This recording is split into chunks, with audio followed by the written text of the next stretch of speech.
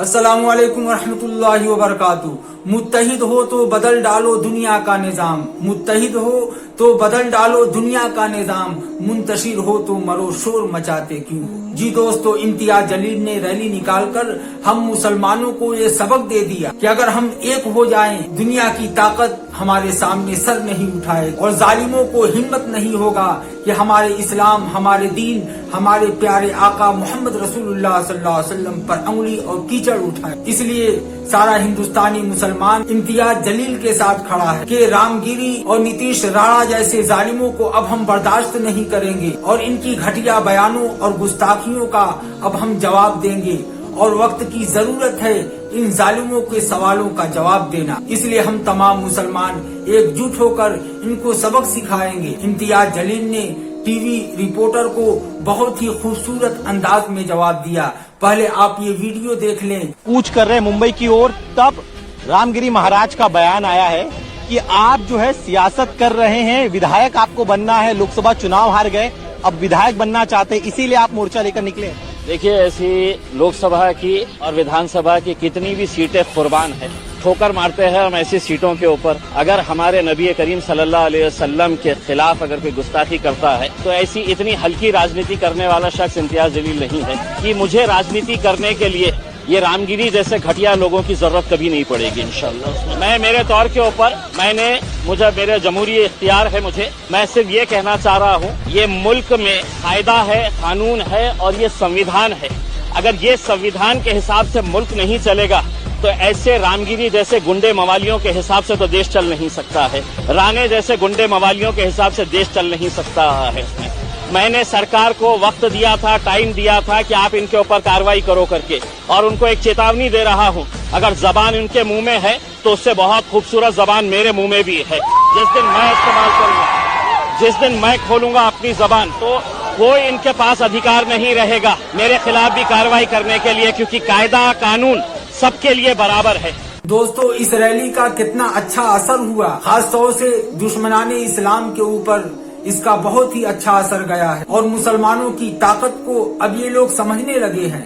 ابھی آپ کو ہم ایک ویڈیو دکھائیں گے کہ جو گودی میڈیا مسلمانوں کے خلاف زہر اگلتی تھی اور رات دن مسلمانوں کو نیچا دکھانے کی کوشش کرتی تھی اور مسلمانوں کے حق کو دبانے کی کوشش کرتی تھی، آج وہ گودی میڈیا بھی اس ریلی کو دیکھ کر مسلمانوں کی طاقت کو سمجھ رہی ہے اور مسلمانوں کے حق میں بولنے پر مجبور ہو رہی ہے۔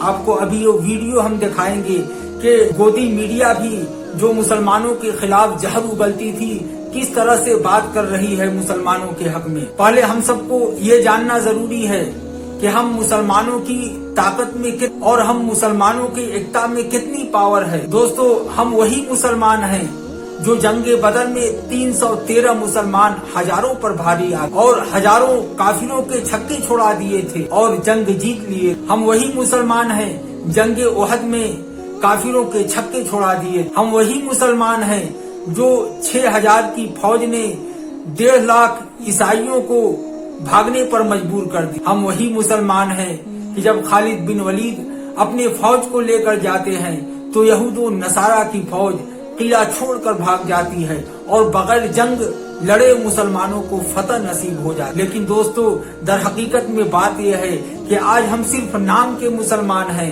کام کے مسلمان نہیں۔ آج ہم سود بیاز کھانے لگے، آج ہم مسلمان جھوٹ بولنے لگے، آج ہم مسلمان شراب نوشی کرنے لگے، یعنی حرام کاموں میں مبتلا ہو گئے۔ اس لیے دشمنوں کے دلوں سے ہمارا روب اور دبدبا۔ وہ مسلمان تھے، ایک مرتبہ مسلمانوں نے کافروں سے جنگ لڑی اور کئی دن تک جنگ لڑتے رہے اور مسلمانوں کو فتح نہیں ہوئی، تو مسلمانوں نے آپس میں مشورہ کیا کہ آخر ہم سے کون ایسی غلطی ہو رہی ہے، کون نبی کا ایسا طریقہ چھوٹ رہا ہے جس کی وجہ سے ہم جنگ نہیں جیت پا رہے۔